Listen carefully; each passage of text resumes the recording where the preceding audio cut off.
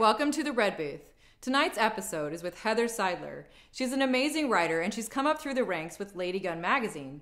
So watch the show and you'll hear some really cool stories. Here comes the heat before we meet a little bit closer. Here comes the spark before the dark. Come a little closer. The lights are off and the sun is finally setting. The night sky is changing overhead. It's not just a physical. So hi, Heather. Welcome to the show. Thanks for having me. Yeah, thank you very much for coming. I thought that your story was really cool because, I mean, you've done so much in your career as a writer and as a magazine editor, and, you know, you've worked with so many amazing people, and it's really inspiring and really cool. So I'm so happy to have you here. Thank you. I'm excited to talk to you, tell my crazy story. Yeah, why don't we talk about, let's see, so you work, obviously, with LADYGUNN magazine. Yeah. And I know you were a big part of getting the magazine, you know, just after it started to go into print and, you know, became like not the editor-in-chief, but what Editorial director. Editorial director, yeah. That's right. Yeah. So go ahead and tell us your story. Well, so basically, I came aboard. I met Coco, who founded and started the magazine. She's the editor-in-chief. Mm-hmm. And I started just as a contributing writer, basically. And we just would brainstorm all the time and talk about the direction that she wanted it to go, and I wanted to help facilitate that. So basically, I came aboard. It had just gone to print, so I came aboard shortly thereafter, and then basically moved my way up from writer to music editor, and held that function for, I'd say, about a year or so. So you focused mainly on musicians? I would, yes. Yeah. So I basically was in charge of all the musical content. Mm-hmm. So I would help get features and set them up, and then do my own as well, and then assign features to other writers and stuff like that. So then after doing that for a little bit, basically Coco said, well, you've been doing so much, would you like a bigger position? And I said, yeah, that'd be awesome. So I basically started doing the position of editorial director by the seat of my pants, because I'd obviously never done something like that before. And we just learned together, and I just sort of helped grow it with her. And then I went from just doing the musical content to any of it, because I was kind of already sort of doing a lot of that, a lot more than just music editing. So we just kind of made it official, and then I've been doing it ever since. Now I've been doing it for, I think, a couple years now. Wow. Yeah. It's amazing. I love LADYGUNN. I think Thank you. It's beautiful. I love the design. I love the stories. I mean, it's fantastic. Yeah. So, and also, I mean, very proud of it. We brought some of them on set here today. Yeah, so this is LADYGUNN. All these cool magazines. These are some of our covers. We try to do dual covers, so we'll have we'll do 2 covers per issue usually. Wow. So this is Jared Leto. This was our last one, and then that's Jenna Malone on one of them. We had Elizabeth Moss from Mad Men. She's really awesome. That's awesome. The Killers. That's Shirley Manson from Garbage. Wow. Yeah. So basically, it's really interesting. Going to print when a lot of magazines are going out of print now. You know, Spin Magazine's now just online. They don't do print anymore, and so it was a huge challenge to especially being independent. We don't have any financial backers. We don't have investors. How do you guys do that? Well, blood, sweat, and tears. Well, for a long time, we just worked. We just worked for the love of it rather than the money, yeah. And basically, you know, advertising helps it go to print. Yeah, so you guys started obviously picking up more and more advertisers. Yeah, well, it's always a challenge, but yes, yeah, we we have American Apparel and Vans, a lot of independent brands and kind of boutique-y brands and stuff like that, and we kind of like that because we don't want to be like Vogue, which is 80% ads and 10% content, and then shopping guide fillers. You know, yeah. That's how we do it. Is we just we find really cool collaborators who are up and coming, and they want to basically work with us for love rather than a paycheck. So obviously, our target market is the young generation, but we want to appeal to everybody. So. Yeah. Well, you guys are doing an amazing job of it. Thank you. Yeah. So what would you say your role is, you know, like what sort of daily duties do you have to deal with? So Coco usually does all the New York shoots and things in New York, and then I do most of the stuff in LA. So everything from helping to find a photographer, assigning a stylist, finding a location, you know, or just orchestrating everything, being there at the shoot, making sure everything goes smoothly. And then after the actual shoot's done, then it goes into content land, which is basically, if I'm writing it, then it's the duties of, you know, being an interviewer, doing all the research, writing it, and then I have editors that will edit it, and then I help edit other pieces and assign other pieces to other writers. So it's essentially just a lot of communicating to people and arranging things and helping out with the layout and you know, helping to pick which photos go in, you know, get picked and things. So yeah, so Coco, the editor-in-chief, basically does all the, she's in charge of all the visual and deciding, making all the final decisions. Is she sort of like, okay, I want to go with these people, we want to feature these guys, or yeah, well, she basically, like, I'll tell her, oh, hey, we should do this person, and she goes, yeah, cool, and then she'll go, we should do this person, and I'm like, yeah, cool, and yeah, so basically it's just it's a communal thing where, you know, other writers that work for us can suggest different pieces. Yeah. Photographers, same thing. We have photographers pitch us all the time and say, hey, we'd love to do a piece on so and so. That's how the Jenna Malone cover came about, actually, is because this amazing photographer Shelby Duncan reached out and said I would love to photograph her for LADYGUNN, and we said, cool, let's make it the cover because she's such a badass. Yeah. And yeah, and so it's very collaborative, and we just have people that come aboard and suggest things, and then we also will commission people for specific things too. So it's a little bit of both. That's really awesome. It's fun. Really beautiful. And thank you. Yeah, I love the whole style of LADYGUNN. It's just thank you. And a lot of that is Coco's vision, because she had a vision when she first started it. You know, obviously she wanted to do something different, but at the same time follow the successful format of magazines like Nylon and stuff like that. And a lot of people think that we're female forward because of the name, but actually LADYGUNN, the reason that one of the reasons behind that was because it's masculine and feminine. Basically, we feature men and women equally. We're not a feminist magazine, and I just want to clarify that, because sometimes people think that, especially because, you know, the first few issues we had females on the cover. Yeah. So now, obviously, we've had the Killers and Jared Leto and other men. So we're trying to keep it balanced. But basically, the angle is, well, we're independent, we're underground, we're edgy. Yeah. We're very different content wise than these other magazines. We're not going to do a fluff piece, and we want to really give your client a different side. So that's why a lot of our shoots are a lot more edgy looking. Yeah, and we're not trying to be a glossy fashion, high fashion magazine. We're trying to be amalgamation of music and film and art and fashion and things that are just generally cool and unique. And obviously we want to have bigger names, and then we also will like to expose people to up-and-coming bands. And now for a quick commercial break.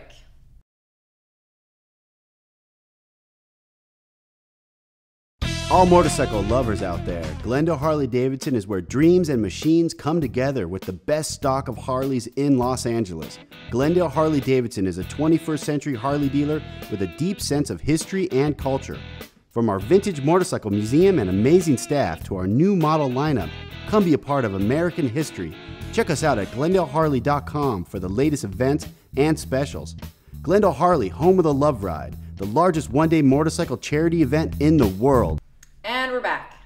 I always hear about you and see you like going out to these really cool events and, you know, just kind of being like a huge part of the entertainment world. Like you're all over the place, you know. It's really cool, and I love that I get to say it's work, because that's like you're right. It's totally fun, and I get to go to a lot of cool functions, you know, for work. It's so hard, but yeah, like even you poor thing. I know it's such a hard life. I don't know how you deal with all of it. No, it's really fun, and it's funny because people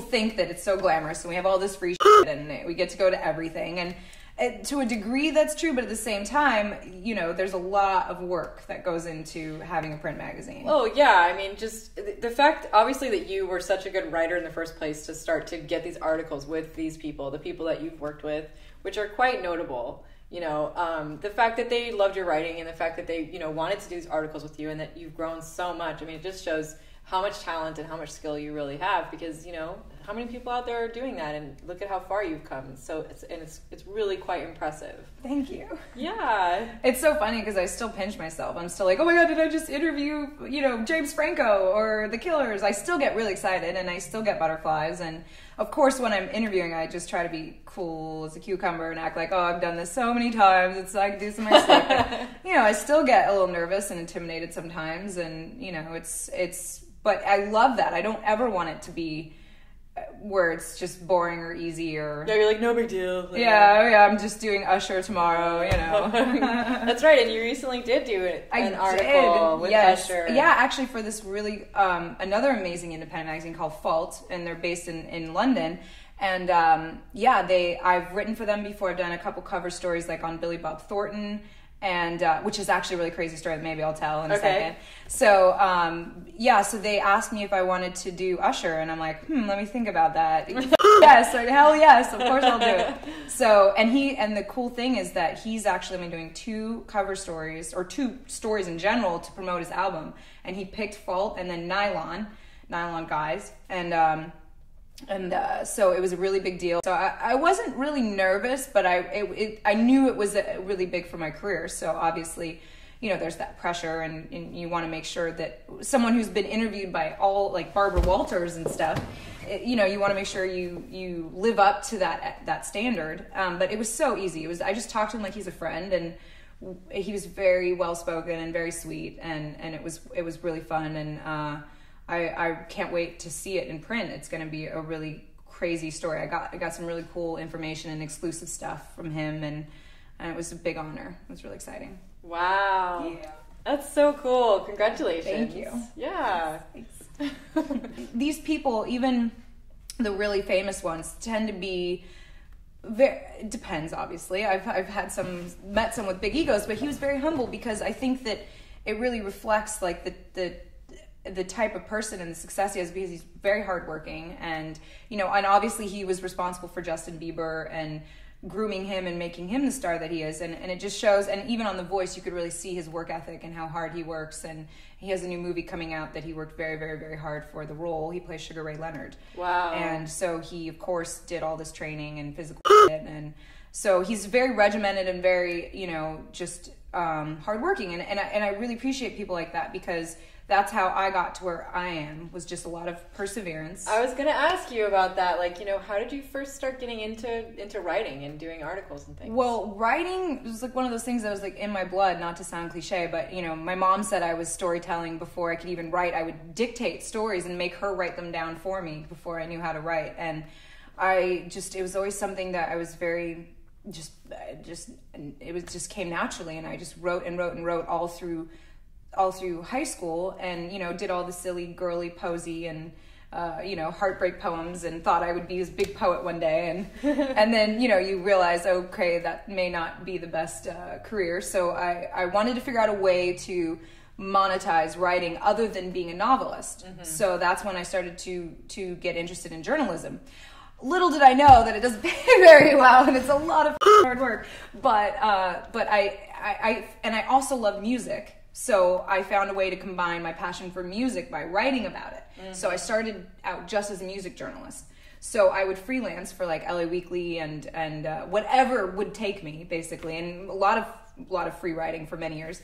So basically I did it off and on part-time for about 7 years, and built up a pretty decent portfolio and just honed my craft. And then eventually that's when I met Coco at LADYGUNN, and I owe, you know, all my success basically to LADYGUNN and the doors that's opened for me. And then obviously I was writing for other magazines before LADYGUNN, but this being an editorial director made me see all facets of journalism from every angle. So it actually helped me as a writer too. Getting to work with other writers, getting to work with other editors, getting to work with photographers, like anyone who's creative and is making a career of something, you will find inspiration from that, and learning their stories and hearing how they got successful. And people ask me all the time, how did you become a published writer? And literally, I just wrote every day. I just wrote and wrote and wrote, and just pitched a bunch of magazines and as most writers will tell you, you get a lot of rejection in the beginning. And you know what? It's so interesting to me because everything that you're saying right now, it sounds so much like that is the theme of like any creative endeavor. You know, every time I have somebody on the show and I talk to them about it, it's like, it seems like you have to really put in your time. Yeah. You really do. Pay your dues. You know? Yeah. I mean, nobody would know it. I'm still paying my dues. Yeah, I mean, I know you guys are still like, you know, independent. We're an upstart, yeah. You're not a big, like, you know... We're not funded by anybody other than ourselves, you know? We don't, you know, it's... But I kind of really... I love it, because we thrive in that. We thrive in, you know, having... When you have little to no budget for a huge cover story like Jared Leto, it's actually really fun. It becomes a game of how to make everything go right and do everything, wing it, and get, you know, just pull it all together by the seat of your pants. And that's pretty much, you know, every cover. We're always winging it. But and not to... I hope that's not the wrong thing to say, but you know what I mean. No, I get what you mean. Yeah, because, I mean, it comes out beautifully. Thank you. Yeah. It's all glossy and pretty. It is. It's gorgeous. It's amazing. Yeah. And it's so funny, too, because, I mean, just living in Los Angeles, a lot of these different people, you just kind of meet all over the place, too. Yeah, some of these people in here are my friends that before I even worked at LADYGUNN, like Elizabeth Moss. I've known her since I was 18. And we have had a lot of adventures. Yeah, and actually, people think that because you are friends with people that are successful, that obviously that helps you in your career. But to be honest, that's been a detriment to my career. Because even with Elizabeth Moss, when we went to her publicist and offered her the cover. The publicist, we talked her into it, and she said okay, and then the publicist didn't want me to write it because we were friends, and she thought it'd be a conflict of interest. Right. And I said, no, but who better, because I know her so well that I can write a really in-depth thing. I'm not going to write anything embarrassing. I'm not going to, you know, tell any of our crazy drunk stories when we were teenagers, but, you know, it's like... You know, but people think because I do know and I'm friends with a lot of musicians and actors and stuff that somehow helps me in it, and my success has been entirely aside from that. And I've never... because it's almost like, oh yeah, but just because you're friends, you know, and it's kind you don't want to ask them, you don't want to like I would never ask for favors. And then they might not think, or their publicists or their agents might not think that that's really a serious thing because you're friends. Exactly. So an interesting story in the beginning of my career, one of my first articles that I ever wrote was on Maroon 5. They were pretty big, but they were not as megalith as they are now, but I was friends with them. So I actually asked them for a favor because I was a brand new journalist, and I was like, hey, can I interview you guys for a magazine? And they were like, yeah, sure. And so it was wild. I got this a mutual friend to do the photos, and we did it like on this private jet, and it was this whole crazy thing with no budget, but again, like pulled it off somehow by the seat of my pants, and interviewed them, and they were all so very nice and gracious, and it was a huge help in the beginning of my career. But even then, like, it still took years for me to actually be taken seriously as a writer. So it's not like you write one article on a famous person and you're in. Right. You really have to build up a portfolio, and you have to build up relationships with PR and magazines, and you know, it's all about cultivating. It really is about networking. Is a big part of journalism, I think, because you really have to. In the beginning, it's a lot of selling yourself. Basically, you have to like convince someone why they should hire you. Why out of all the writers would you get to write this piece? Basically, right. So and now I don't have to do that, but for a long time I did. So that was, I almost quit a few times because it was very hard to, over the years to, because you have all your jobs that pay the bills, and then you have this sort of passion project, which is for me was journalism. And now, luckily, I work full time as a writer, but for a long time it was not that way. So, but if you keep at it and you don't let yourself get defeated by the seemingly daunting runway, and you just keep on that path, eventually you'll hit your destination. But yeah, girl, I'm happy that I'm lucky that it happened as at my age. I'm very lucky to be even working at a magazine at all. I'm very grateful for it. And here's a quick commercial. I really wanted to put a deck on my house. The floor was creaking and there were cracks in the wall. I had them put in walls in my basement. Well, the whole thing was done on time, on budget, and not a day of work was missed. Alpha Structural is a top-rate company. I'd recommend them to anybody. If you live in a hillside home and gravity is pulling you towards the edge of the cliff, I recommend you call Alpha. It was a real pleasure to work with Alpha. And welcome back. Cool. So yeah, tell us about that Billy Bob Thornton story. Yeah, Billy Bob. So Billy, he's such a fascinating character. And when I was first commissioned it was Fault Magazine who reached out and asked me if I wanted to do it. And so I started to, for me, I really dive into research before I even meet a person. Like, I will read any article I can get my hands on. Thank God Google exists. And I will watch video footage of their interviews to see how they react with someone interviewing them, see what makes them tick, see what makes them open up, really try to get a sense of the person so I know what I'm getting myself into. So with him, and I usually spend like a good night or two doing that. And with him, I got so immersed. He has such a crazy history. So I found myself really studying him. So there was a side of Billy Bob in the press that was portrayed, in a certain way after the whole Angelina Jolie marriage, because obviously that was a bit wacky. Yeah. And so I always had my own preconceived notions of him. And in doing my research of him, I found out all kinds of things, and I wanted to ask him about it. So also, I was interviewing him about a movie at the time that he had coming out called James Mansfield's Car that he wrote, directed, produced, acted in. He hadn't done that since Sling Blade, which he won the Oscar for. Wow. So I wanted to know why he took so long to do that trifecta again. And I also had found out in my research that he's written scripts of stuff I didn't even know he wrote, like The Gift. I didn't know he wrote that.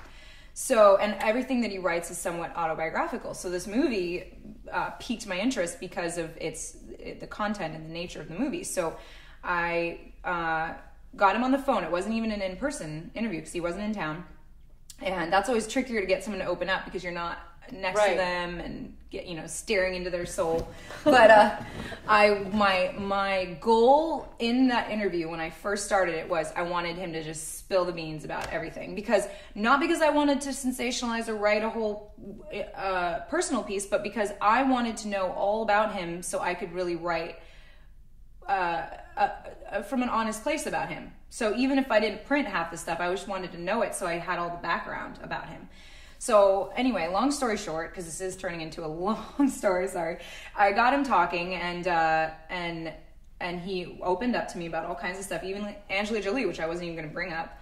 And he was so just very, very nice when someone opens up to me as a journalist, and this is something I really find important to mention, because journalists can have a bad rep for sensationalizing a celebrity. Yeah. And I'm trying to redeem that, because my job in selling magazines is not to invade someone's personal life. I just have to say, I give you huge props for that, because I'm just so sick of seeing all those magazines out there that are just like all the these tabloid nasty crap. Tabloid stuff Golden outhouses everywhere. of culture. And what it seems to do is it tries to make it look like that's what we people actually want. Yeah. It's like these are all in the stands at the store, right in line, right in your face, and all these horrible stories. Yeah. And it's like it's gross. awful. It's gross. It really is, and it's demeaning to us as a people, as a culture. I really do think that it is, and I know people are like, ooh, and of course shock value and all that stuff, and I know controversy,